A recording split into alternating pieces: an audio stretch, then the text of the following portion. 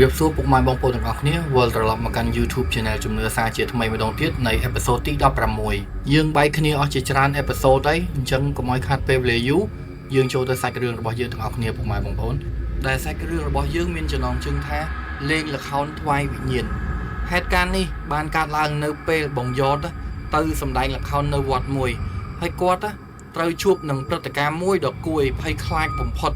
ដែលរូបគាត់ផ្ទាល់ហ្នឹងជាមនុស្សមិនដែលធ្លាប់ជួបរឿងនេះពីមុនមកទេអាចនិយាយបានថាគាត់ជឿជាក់ថាខ្មោចឬវិញ្ញាណពិតជាមានមែនធីគឺជាអ្នកធានាថាប្រសិនបើអ្នករាល់គ្នាហ្នឹងស្ដាប់រឿងនេះដោយយកចិត្តទុកដាក់នឹងមានអារម្មណ៍ភ័យខ្លាចហើយធីប្រកាសថានឹងព្រឺព្រួយជាមិនខានព្រោះពេលអានរឿងនេះបានពាក់កណ្ដាលហើយធីត្រូវក្រោកឡើងទៅបើកភ្លើងក្នុងបន្ទប់ព្រោះធម្មតាពេលអានរឿងធីបិទភ្លើងដើម្បីបង្កើតបរិយាកាសតើរឿងរ៉ាវទាំងមូលគួរឲ្យខ្លាចនិងរន្ធត់យ៉ាងណាតោះសាកស្ដាប់រឿងនេះទាំងអស់គ្នាហេតុការណ៍នេះត្រូវត្រឡប់ទៅកាលពីប្រហែលជា20ឆ្នាំមុនឯណោះក្រុមល្ខោនរបស់គាត់ជាក្រុមមួយដែលមានសមាជិកមិនច្រើនប៉ុន្មានទេអាចនិយាយបានថាជាវងតូចព្រោះបំបែកចេញពីវងធំដែលមានតម្លៃថោកភាគច្រើនគាត់តែងទៅសម្ដែងនៅវត្តពិធីបង្បួសឬក៏ក្នុងកម្មវិធីបុណ្យផ្សេងដែលម្ចាស់កម្មវិធីជួលគេឲ្យទៅសម្ដែងរហូតដល់ថ្ងៃមួយ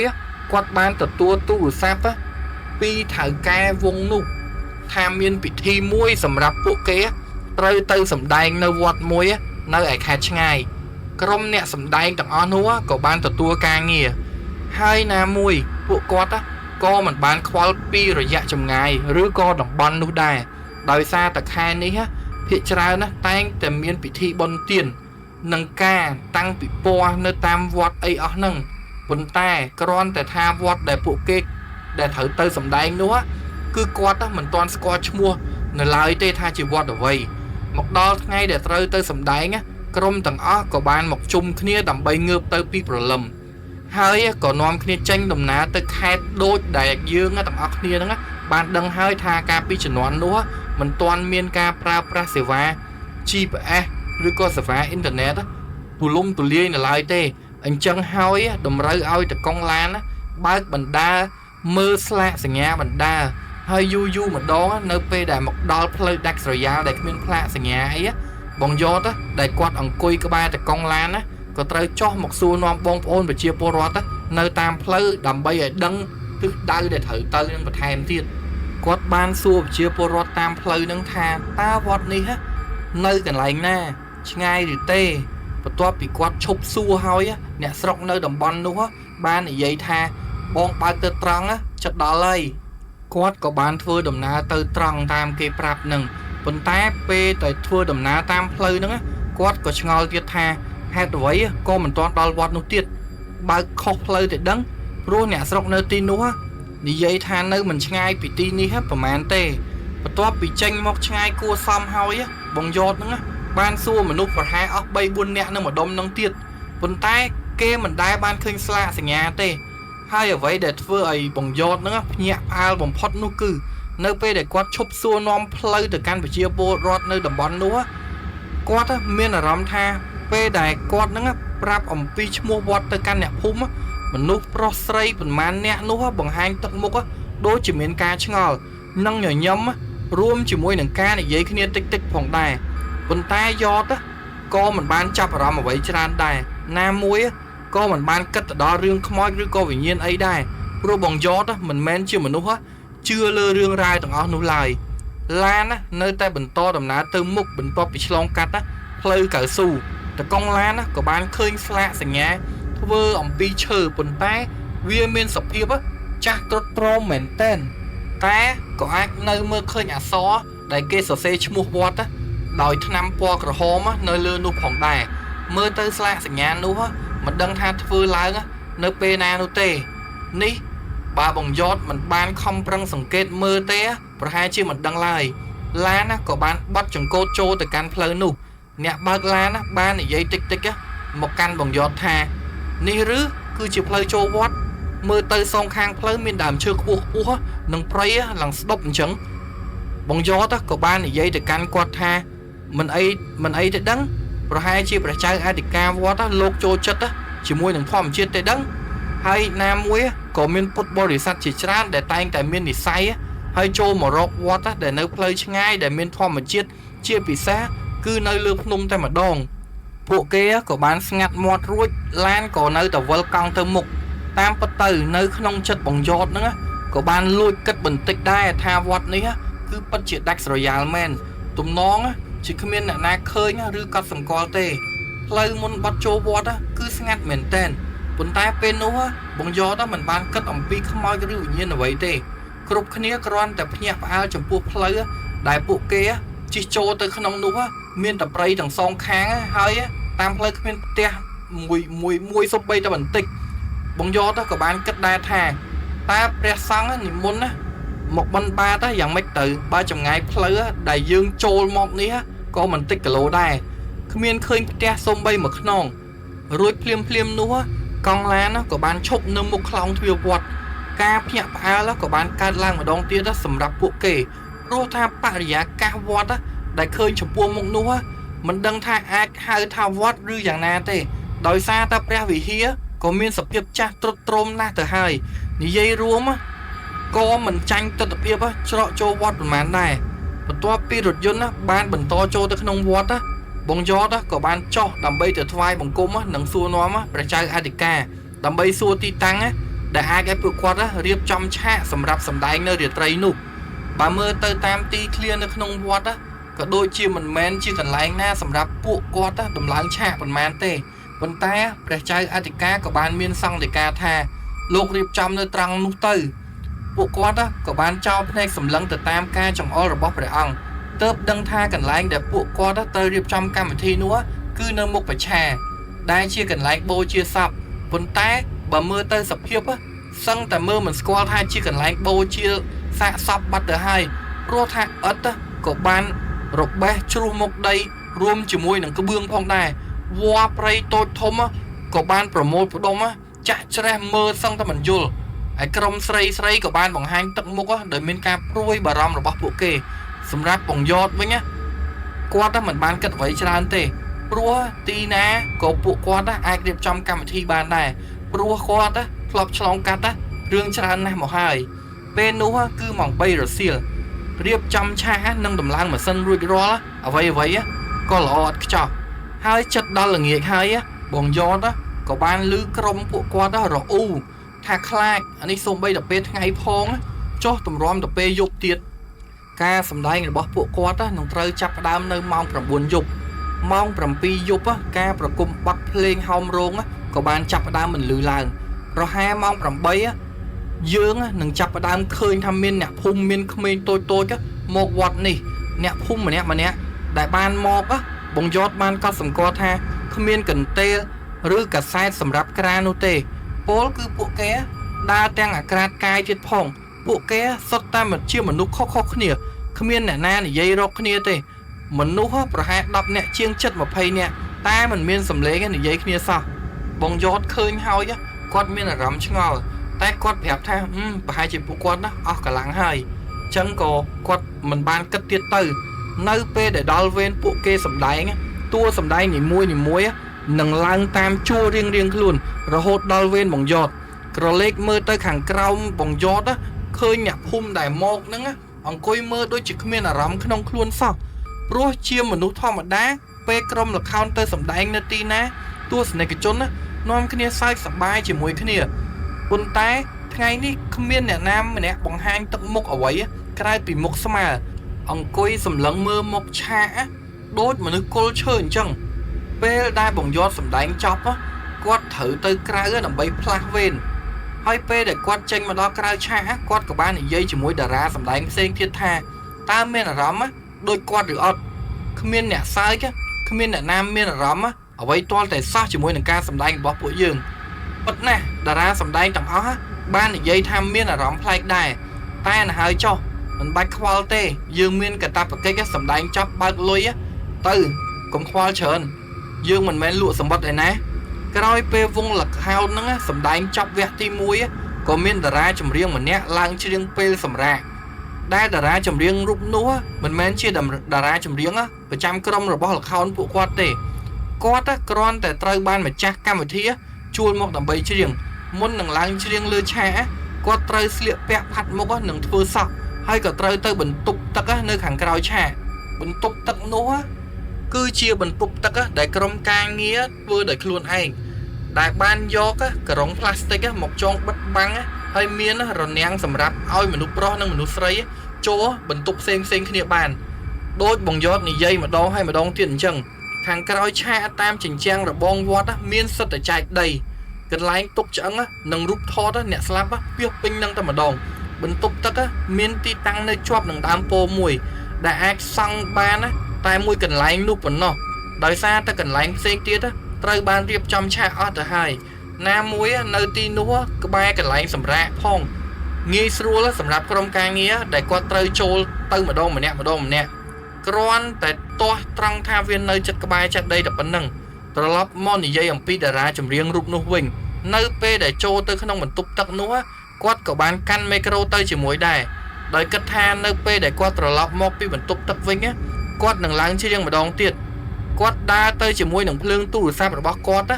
ហើយប្រហែលគាត់ភ្លេចបិទមីក្រូព្រោះដូចជាឮសំឡេងរញ៉េរញ៉ៃចេញពីធុងបាសប៉ុន្តែក៏គ្មានអ្វីចម្លែកដែរមើលទៅធម្មតាទៅហើយគ្មានអ្វីកើតឡើងទេប៉ុន្តែស្រាប់តែបន្តិចក្រោយមកក៏មានសំឡេងស្រែកខ្លាំងចេញពីឧបករណ៍បំពងសំឡេងនោះវាគឺជាសំឡេងរបស់មនុស្សប្រុសដែលបានជួបជាមួយនឹងរឿងភ័យខ្លាចអ្វីមួយ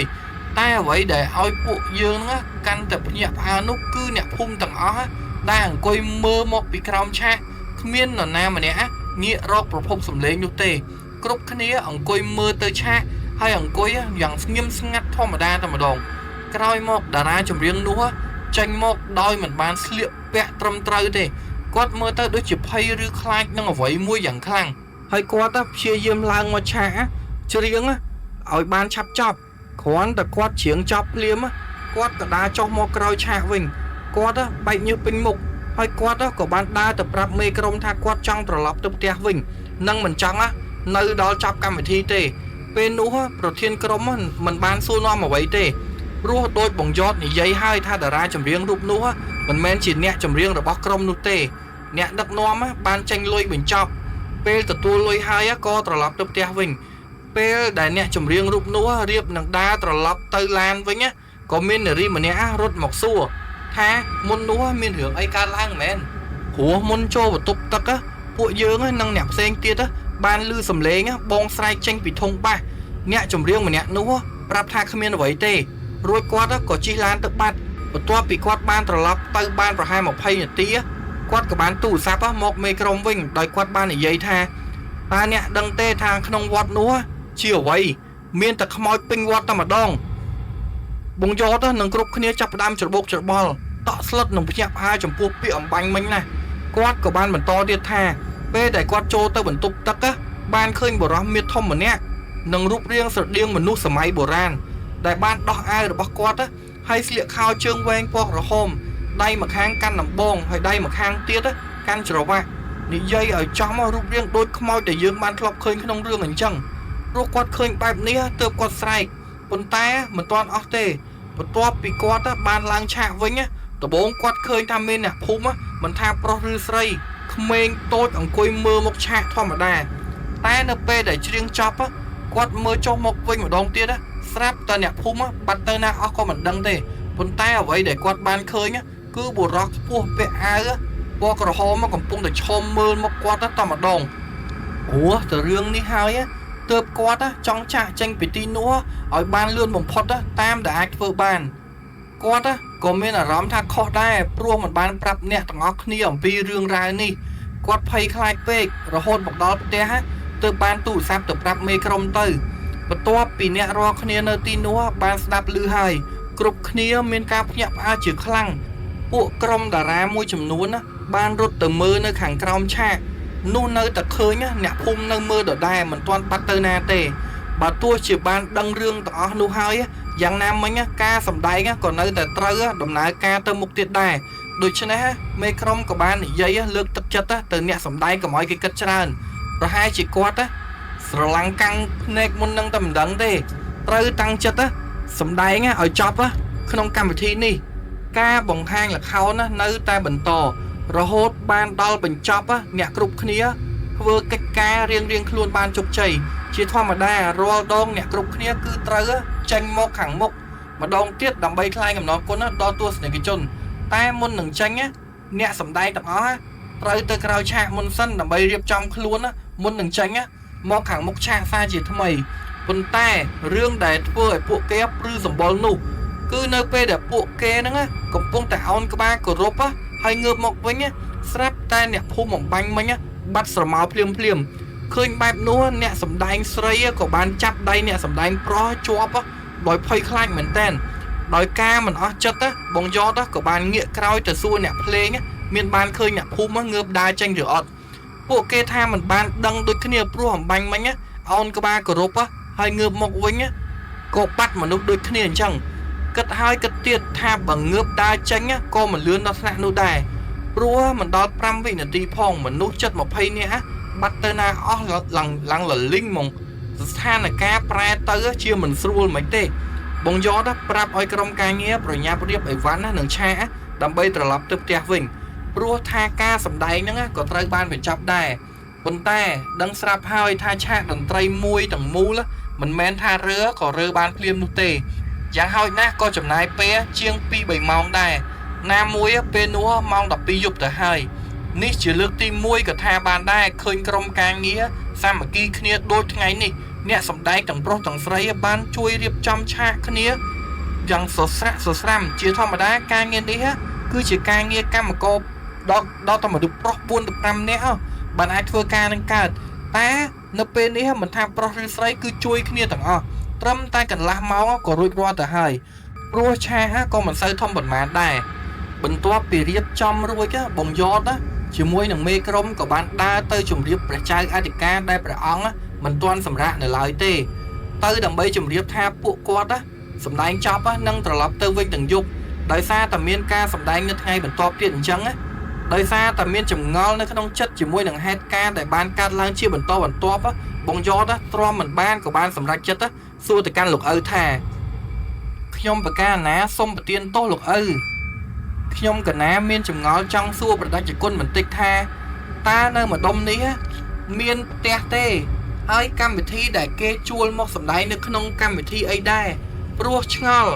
បើសិនជាកម្មវិធីវត្តដូចមិនសមព្រោះតាមសង្កេតមើលទៅបើសិនមានកម្មវិធីនៅវត្តបែបនេះយ៉ាងហោចណាស់ក៏មានអ្នកភូមិមកលក់នំចំណីបន្តិចបន្តួចដែរតែនេះគឺមានតែវងល្ខោនរបស់កណាតែមួយប៉ុណ្ណោះតែអ្វីដែលលោកឪមានសង្ឃដីកាត្រឡប់មកវិញធ្វើឲ្យពួកគាត់ស្ទើរតែរស់ប្រឡឹងអ្នកខ្លះមិនហ៊ានទៅបន្ទប់ទឹកឬទៅណាម្នាក់ឯងឡើយព្រះអង្គគាត់មានសង្ឃដីកាថាល្ខោនដែលគាត់នឹងជួលមកនេះគឺយកមកលាបំណន់ព្រះអង្គក៏បានប្រាប់ទៀតថាតាមពិតទៅការសម្ដែងនេះគឺលេងដើម្បីឲ្យខ្មោចនិងពពួកវិញ្ញាណដែលគេមានប៉ុនមើលតែប៉ុណ្ណោះហើយនៅម្ដុំក្បែរវត្តនេះទៀតសោកគឺគ្មានផ្ទះអ្នកស្រុករស់នៅទេបើសិនជាមានក៏នៅឆ្ងាយរាប់សិបគីឡូឯណោះព្រោះថាវត្តនេះជាវត្តព្រៃហើយក៏មិនសូវមានអ្នកស្រុកណាដែលគេមកធ្វើបុណ្យនៅទីនេះដែរហើយព្រះសង្ឃក៏ត្រូវងើបពីម៉ោង3 ឬ 4 ទៀបភ្លឺដើម្បីទៅបិណ្ឌបាតនៅឯផ្លូវធំឯណោះហើយព្រះសង្ឃវត្តនេះមានត្រឹមតែ3អង្គប៉ុណ្ណោះឬក៏មានតែអ្នកមកលាបំណន់យូរម្ដងតាមពិតទៅអាត្មាក៏មានការភ្ញាក់ផ្អើលដែរនៅពេលដែលឃើញពួកញោមមករៀបចំកម្មវិធីបែបនេះដោយសារថាប៉ុន្មានថ្ងៃមុននោះមានគេមកប្រាប់ថានឹងមានវងល្ខោនមួយមកលេងថ្វាយវិញ្ញាណបន្ទាប់ពីលោកឪមានសង្ឃដីកាចប់គ្រប់គ្នាក៏មានការភ័យខ្លាចកាន់តែខ្លាំងជាមួយនឹងសភាពពេលម៉ោងប្រហែលជា7 យប់នៅក្នុងវត្តសភាពដ៏ចាស់ទ្រុឌទ្រោមបែបនោះទោះបីជាគ្នាច្រើនប៉ុណ្ណាក៏ដោយក៏នៅតែមានអារម្មណ៍ថាជិតព្រឺឆ្អឹងខ្នងដែរប៉ុន្តែនៅពេលដែលដឹងរឿងហើយពួកគេក៏ត្រូវបានជួលមកសម្ដែងឲ្យវិញ្ញាណមើលចម្ងល់គ្រប់គ្នាក៏បានស្រាយចេញអាចថាអ្នកភូមិដែលមកអង្គុយទស្សនានោះមិនមែនជាមនុស្សឡើយប៉ុន្តែនេះមិនមែនឃើញតែម្នាក់ឬ2នាក់ឡើយគឺឃើញទាំងក្រុមតែម្ដងបងយ៉តនិងមេក្រុមក៏បានសម្រេចចិត្តថានឹងរាយលុយគ្នាម្នាក់បន្តិចម្នាក់បន្ទួចដើម្បីទុកជាបច្ច័យសម្រាប់ព្រះសង្ឃទុកធ្វើកុសលផលបុណ្យជូនដល់ពួកវិញ្ញាណទាំងនោះដែលនៅក្នុងវត្តនោះផងចុះ ក្រោយពីត្រឡប់មកដល់ក្រុងវិញក្រុមការងារដែលជាអ្នកថតរូបក៏បានយករូបថតទៅផ្ដិតកន្លែងនោះហើយដែលបងយតចង់បញ្ជាក់ថាសម័យនោះមិនទាន់មានកាមេរ៉ាទំនើបថតចេញជារូបភាពនោះទេត្រឹមតែជាដុំហ្វីលតែប៉ុណ្ណោះបើសិនជាក្មេងចំនួន2000ប្រហែលជាកើតតនហើយឥឡូវត្រឡប់មកវិញអ្វីដែលមិនគួរឲ្យជឿនោះគឺជាធម្មតានៅក្នុងកម្មវិធីនីមួយៗពួកយើងតែងតែថតដើម្បីទុកផ្ដិតសម្រាប់អតិថិជនដើម្បីជាអំណះអំណាងថាយើងពិតបានជាទៅពិតមែនប៉ុន្តែរូបដែលក្រុមការងារថតនោះមិនជាប់មនុស្សសូម្បីតែម្នាក់និយាយឲ្យចំគឺដូចជាថតឆាកនឹងអ្នកសម្ដែងឲ្យដីនឹងខ្យល់មើលអញ្ចឹងបាទសម្រាប់សាច់រឿងនេះគឺបានបញ្ចប់ត្រឹមនេះអញ្ចឹងសាច់រឿងនេះគឺប្លែកមែនតែនគឺគេជួលក្រុមល្ខោនទៅលេងឲ្យខ្មោចមើលវាដូចជាចំណងជើងនៃសាច់រឿងអញ្ចឹងល្ខោនថ្វាយវិញ្ញាណអញ្ចឹងពុកម៉ែបងប្អូនខ្ញុំធ្លាប់តែមើលតាមរឿងចិនដល់ពេលនេះគឺទទួលបានសាច់រឿងមកគឺបែបនេះដែរគឺវាចម្លែកដែរវាប្លែកដែរទទួលបានបទពិសោធន៍ថ្មីទៀតពុកម៉ែបងប្អូន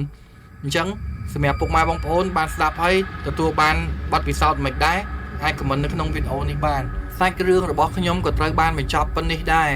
បើពុកម៉ែបងប្អូនមានជាសាច់រឿងតែមិនហ៊ាននិយាយ